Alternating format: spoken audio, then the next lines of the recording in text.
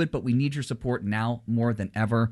Again, this is our fall pledge drive here at WNYC. We need your support. 888-376-9692, or again, go online to WNYC.org. Click donate. Think how much you listen to WNYC. You're listening to All Things Considered right now. Maybe you wake up with Michael Hill on Morning Edition. Mm-hmm. You get your morning off to a start with Brian from 10 to noon. You tune in for Allison Stewart and all of it from noon to 2. You're listening to John Schaefer's New Sounds. Maybe you're a night owl. You're having trouble sleeping. You're tuning in for Marketplace. Don't take any of those programs for granted. Yeah. We cannot do it without you. You always count on us to be there for you, and you should, because we are going to be there for you. But now we are asking you to be there for us. Stand with WNYC. We need your support now more than ever. Start a monthly gift. Become one of those 3,000 members that unlocks that $100,000 challenge. Call 888-376-9692 or give online at WNYC.org. And thank you very much. WNYC is supported by HSS, ranked the #1 hospital in the nation in orthopedics for 16 years in a row by U.S. News & World Report. Most major insurance plans accepted. Learn more at hss.edu. Choose better, move better. WNYC, independent journalism in the public interest. 93.9 FM and AM 820. NPR News and the New York Conversation.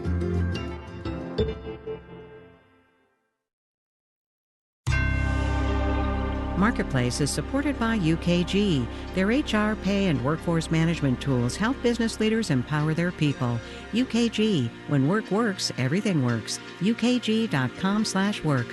Coming up on the program today, what to do when you don't got the data. From American Public Media, this is Marketplace.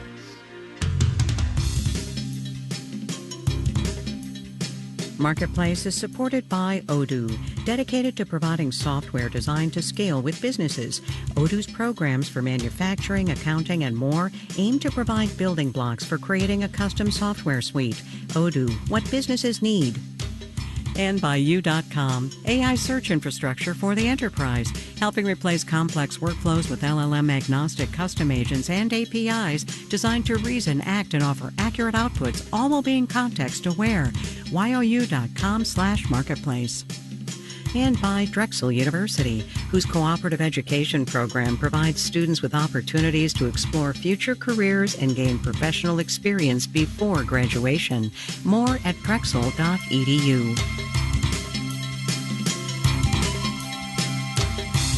In Los Angeles, I'm Kai Ryssdal. Wednesday, today, the 15th of October. Good as always to have you along, everybody.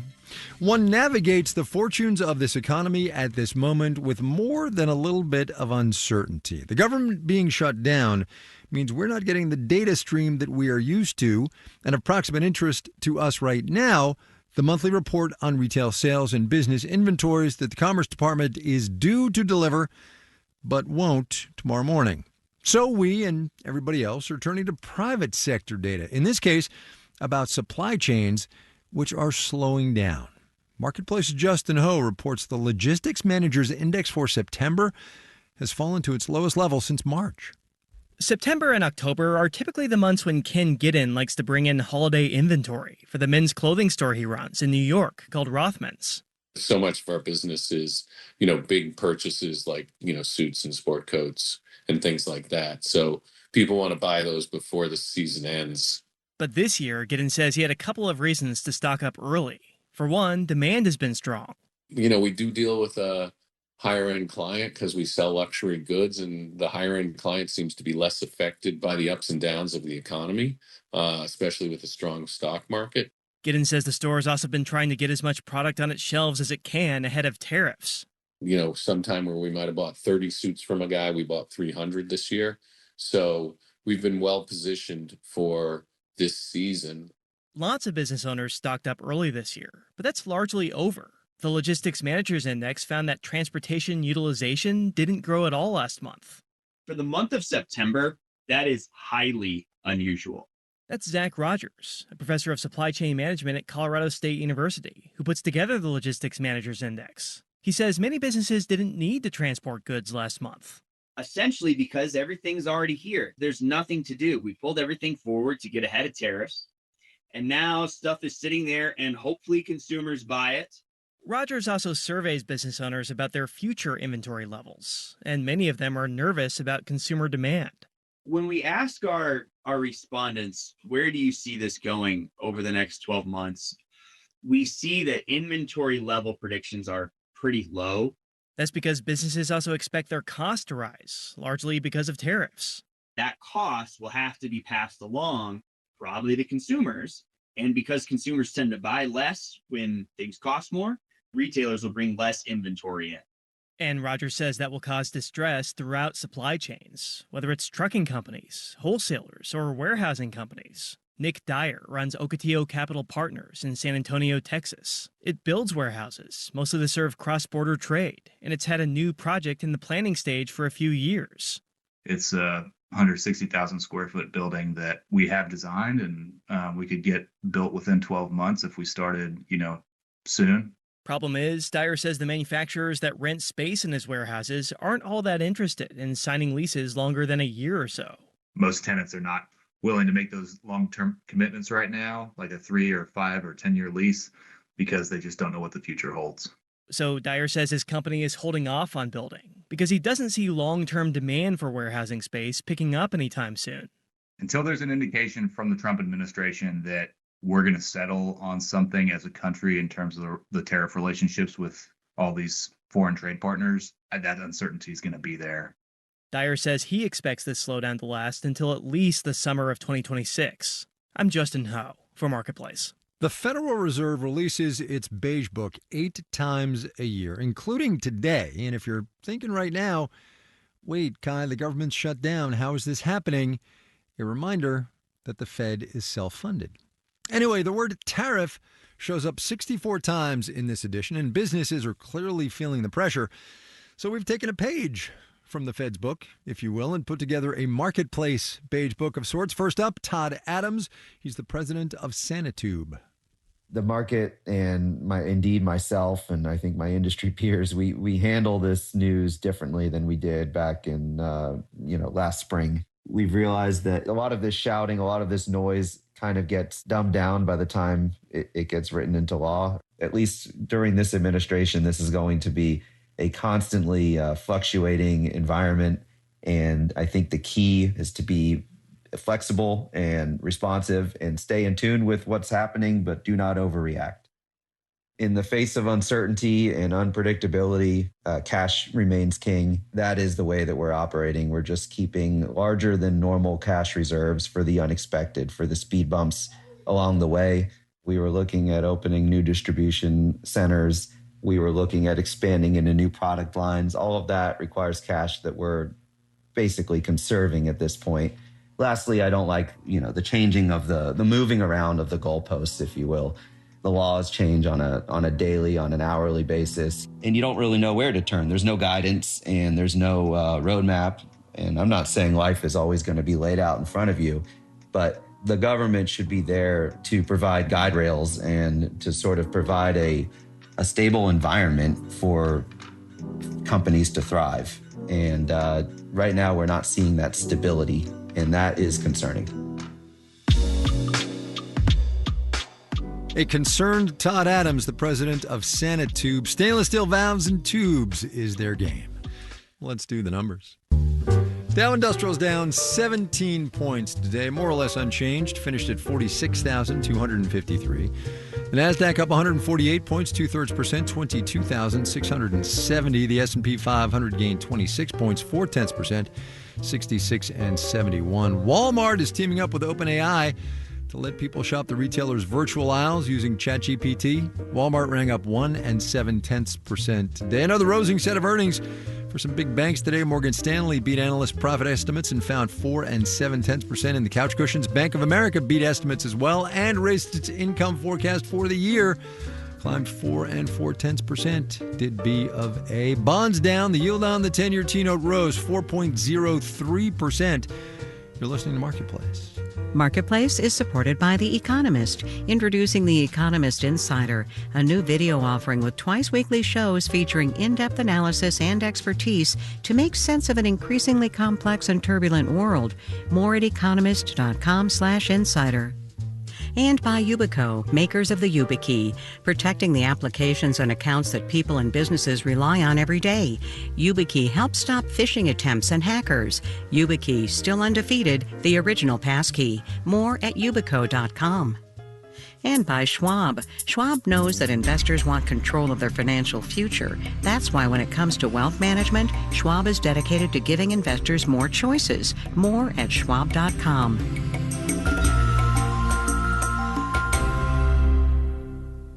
Our federal funding was eliminated. Why? Because we report without agenda. No corporate sponsors dictating coverage, no political parties pulling strings, just the truth. This isn't just about losing great radio, it's an assault on access to independent journalism. So whether it's breaking news, emergency alerts, or the stories that shape community, WNYC is a lifeline to what's really happening. Funding cuts don't change that. We've been seeking the truth for New York for a long, long time, and we're not backing down. We know you won't either. Federal funding was eliminated, but with your help, our commitment to delivering the truth will never stop. You can't defund the truth, but you can defend it. Donate today at WNYC.org. You can also call 888-376-9692 or go online to WNYC.org and click on Donate. This is a very urgent drive because Congress has voted to eliminate all federal funding for public media. Quite frankly, it's a direct assault on independent journalism throughout the country. And here's what we know, is that you can't defund the truth, but you can defend it. And that's what we're asking you to do during this pledge drive, because we're looking at a nearly $3 million hole in our budget that we need to fill because of that loss of federal funding. And we're asking you to stand up and help to fill it. And that's what we mean when we say defend the truth. We have to replace all that funding if we want to continue doing what we're doing here. So we're asking you right now to stand up, support public media in your community for everybody in our community by calling 888-376-9692 or going online to WNYC.org. As Sean just said, when we were defunded, we lost nearly $3 million. Guess how much we spend to bring you NPR programs? It's more than $4 million. And yet you are still hearing NPR programs. That is because of members like you. We can't absorb a nearly $3 million hit without cutting programming, and we are determined not to do that because we know how deeply you need this, ocean of sanity and truth in a media landscape that is not just becoming polarized, it's becoming untruthful in a lot of places. It's unreliable. We are committed to bringing you reliable reporting and the news that you really need to make decisions. It's important. So it's important now that our community rally around us and support us. And a lot of you are doing that. And I can tell you that nearly 1,000 of you have become sustaining members, which we love because we have a $100,000 challenge grant happening. If 3,000 of you become sustaining donors by noon on Friday, we get an additional $100,000 from the Mark Haas Foundation. We are a third of the way there. That's amazing. Yeah. It is the first day of our pledge drive. Thank you to everyone who started donating. And, doing a monthly donation is a great way to keep the funding going. As, we've been saying all night, there is no reason to believe that federal funding is going to return anytime soon. Right. It's just not going to happen. Right. We can't bank on it. It's not reliable. Right. So just start a monthly donation today so that we know we can rely on you to be there for us. 888-376-9692 or give online at WNYC.org. Again, it's a very urgent message here during this pledge drive because Congress did eliminate all of that federal funding for public media. And we're asking you to defend the truth by standing up and becoming a monthly contributor here to WNYC because that's what matters. It's the sustaining part that matters, right? Because we lost that federal funding. We can't anticipate it coming back. Maybe it will down the road, but we can't move forward thinking that it will when we don't know if it will or not. So what we need to do is find a permanent fill for that nearly $3 million hole in the budget, which is why we need you to stand up and become a sustaining member. That's why it's so important that you do. That's why that challenge is so important, because we need everyone to jump in to the pool right now and becoming the sustaining members. Contribute what you can to keep this going here in New York City for everybody in the community, for folks who maybe can't afford it and would if they could. But you know what? Hey, I have a couple of dollars a month that I can throw WNYC's way. When I give that to WNYC, I'm not just supporting independent journalism for me, but for everybody in the community, my friends, my family, my neighbors. And that's what's so great about public radio, is because it's a collective effort, and when we all chip in, it works. So that's what we're asking you to do right now during this pledge drive. 888-376-9692 or WNYC.org. Let me just take out a mental Sharpie and underline everything Sean just said, because your donation helps ensure that everyone in your community has access to the trustworthy and factual news that comes out of WNYC. Mm-hmm. And if you're not a donor yet, think about it when you become a new member. Think about how important WNYC is, not just to you, but to your friends and family, to the city as a whole. And then pick up your phone. Or go online. You can go to WNYC.org, or you can open up the app and hit donate. It just takes a few minutes. Give as generously as you can. That would be wonderful. If you don't think your dollar amount is, if you're like, I can't really give that much, we throw it all in the pool and you will still become our largest source of funding. That's what listener contributions are. May I suggest, though, the $10 a month level? That's the chef special tonight. It gets you the new WNYC tote bag. It is white. It has in black letters, "You can't defund the truth." Yeah. Donate now, 888-376-9692, or give online at WNYC.org. And we should note, again, we are in the midst of that challenge, right? So as Kate said, we're over on this first day of the drive. We've gotten more than 1,000 sustaining members, which is a great start. So what we're trying to do is by Friday, noon on Friday, we're trying to get 3,000 sustaining members at any level. Like, it doesn't mean that you've got to give $100 a month. If you can, that's great. But if you can't, that's totally fine. $3 a month. What you can afford is what matters to us. Whatever you can give to WNYC, it's all good. What matters is the sustaining part of it, the monthly contribution. If we get 3,000 of those by noon on Friday, it unlocks, again, that $100,000 from the Mark Haas Foundation. That's what's going to set us up for success here in this drive. So that's why we are imploring you to contribute right now. Become that sustaining member right now to keep this going. 888-376-9692 or go online to WNYC.org. Click donate. In fact, you can also hit donate in the WNYC app. It all goes to the same place, and we appreciate it just as much. It's WNYC. You're listening to Marketplace, all things considered at 7. This is Marketplace. I'm Kai Ryssdal. Jay Powell gave a speech yesterday. Nothing unusual about that. The Fed chair gives more speeches than you can shake a stick at. He got an award this time, too, the Adam Smith Award from the National Association of Business Economics. An award given, the group's website says, based upon leadership in the profession and the application of economic principles and knowledge in the workplace and policy arenas. Powell's post-award speech was largely about the Federal Reserve's balance sheet. And since you always start a speech with a joke, here's what Powell said, and this is a quote. "A colleague recently compared this topic to a trip to the dentist, but that comparison may be unfair to dentists." Remember, gang, they're Fed officials, not stand-up comedians. Marketplace's Sabri Benishore explains what the balance sheet is and what it means for you. The Fed's balance sheet is like a big list of all the things the Fed owns and all the things it owes. Because when the Fed buys and sells things, that moves the economy. I think it's important to back way up to 2008 when we were having the global financial crisis. Jill Satina is a professor at Texas A&M University. The economy was in a world of hurt, so the Fed lowered short-term interest rates all the way to zero. And nothing. We were still in the midst of a very significant financial crisis. So the Fed started buying stuff. Long-term treasuries, mortgage-backed securities, trillions worth by the end. That got these markets moving again, and it deeply affected them. Don Cohn is a senior fellow at Brookings. When it buys longer-term securities, that tends to drive up the price of those securities, drives down the yield of those securities. The Fed basically manhandled the market, and that lowered more interest rates in the economy. That makes mortgages more affordable, buying cars on credit more affordable, businesses financing capital spending, etc. But since about 2022, the Fed has been slowly not doing this as much. It's been letting treasuries expire and not buying new ones. And you can see it in the balance sheet. Holdings have declined by about $2.2 trillion.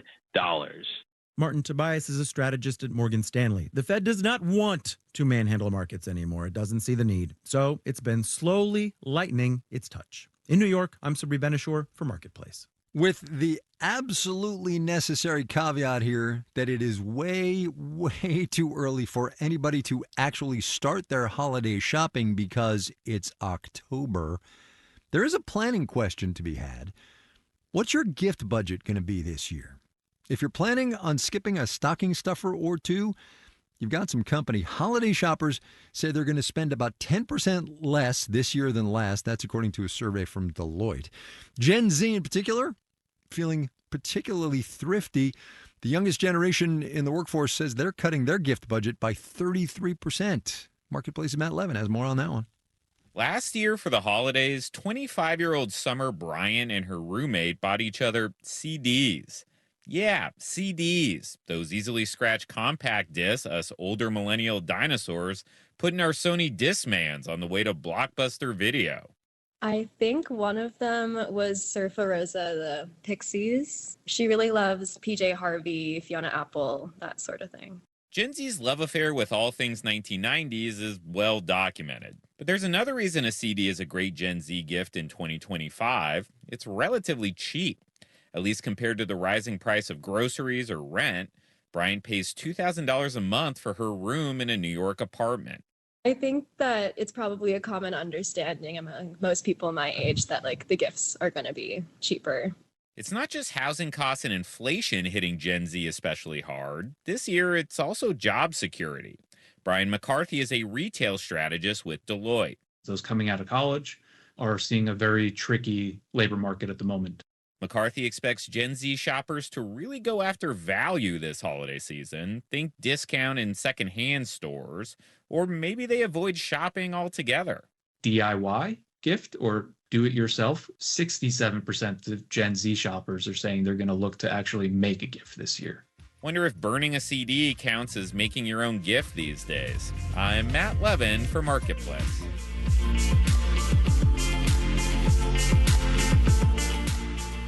We're going to end our tour to business today. The last page, to torture the metaphor, of the Marketplace Beige Book. We're going to end with a sweet treat. Chocolate. Kristen Thalheimer-Binger is co-owner of Dean's Sweets in Portland, Maine. Business is busy right now, though our financials are showing a mild to medium drop in sales over the past 6 weeks compared to a year ago. Feels like a slight wave, a slight downturn before the next big upturn for the holidays. That's not just wishful thinking, but actually based on the number of orders coming in now that we can't bill for yet, but that will pay off in the next 2.5 months. In the next few weeks, as we get an increase in orders from our website, we'll face the usual conundrum of competing priorities, and it will get hectic and stressful, but we're not quite there yet. We can still get a reasonable night's sleep, and this time of year can certainly be stressful, but for us, it usually feels more and more fun and energetic. Kristen Thalheimer-Bingham there. She sells chocolates and other treats at Dean's Sweets in Portland, Maine.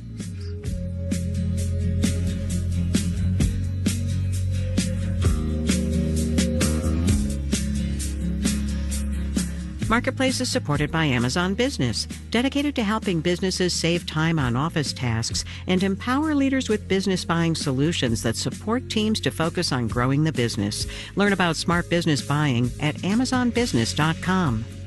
And by Viking, dedicated to bringing travelers closer to the destination.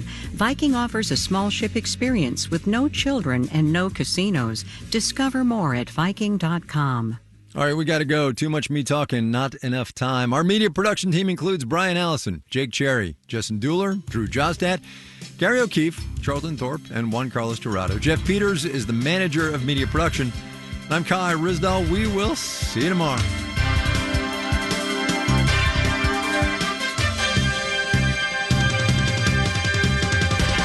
This is APM. It happened.